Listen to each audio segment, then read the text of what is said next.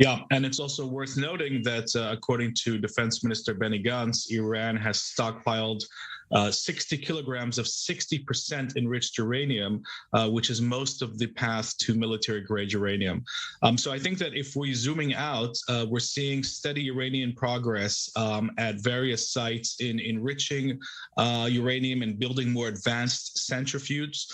But on the other hand, we're seeing reports of consistent sabotage, which Iran has blamed on Israel, which are causing reportedly delays to the Iranian program.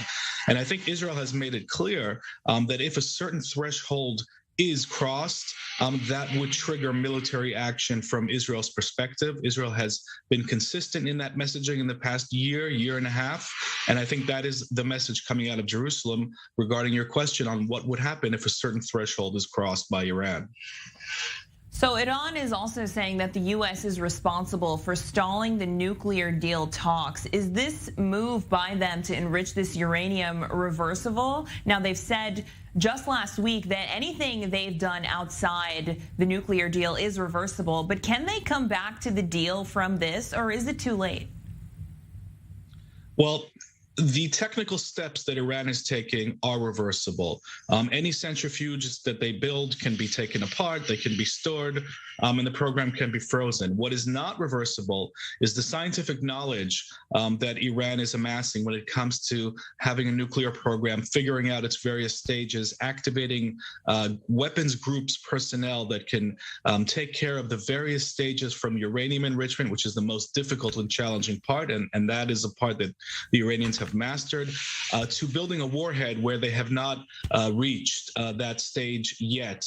So Iran is making both reversible and irreversible progress, and the irreversible part is the knowledge base. That part cannot be taken away from a country as large and as industrial and scientific as Iran. Well, we do always hear that knowledge is certainly a weapon, but let's talk about the political situation in Israel now. How can this current political climate in Israel affect the Iran file? Can we expect to see any change in terms of Iranian tensions or what Israel chooses to do with its Iran file? Well, I think that the Iranians will certainly be examining closely the political instability that is shaking up the Israeli system, and they're going to be looking for vulnerabilities and weaknesses, particularly after they've reportedly absorbed a string of quite devastating sabotage and assassination attacks, according to international media reports. They're certainly looking for revenge. And in Israel, I think that there's going to be a very strong emphasis on sending out the message that despite the political chaos, the government is fully functional, the cabinet, the security cabinet is fully functional, and decisions continue to be made in close consultation with the defense establishment.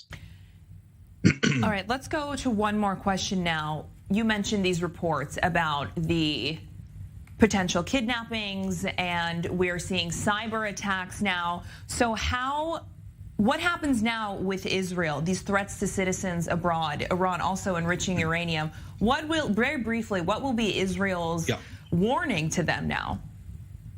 Well, Israel has already said through, again, statements by Benny Gantz, the defense minister, that if Iran targets its civilians in any terrorist attack overseas, Israel has a set of responses that it's already drawn up, and it's going to activate those responses.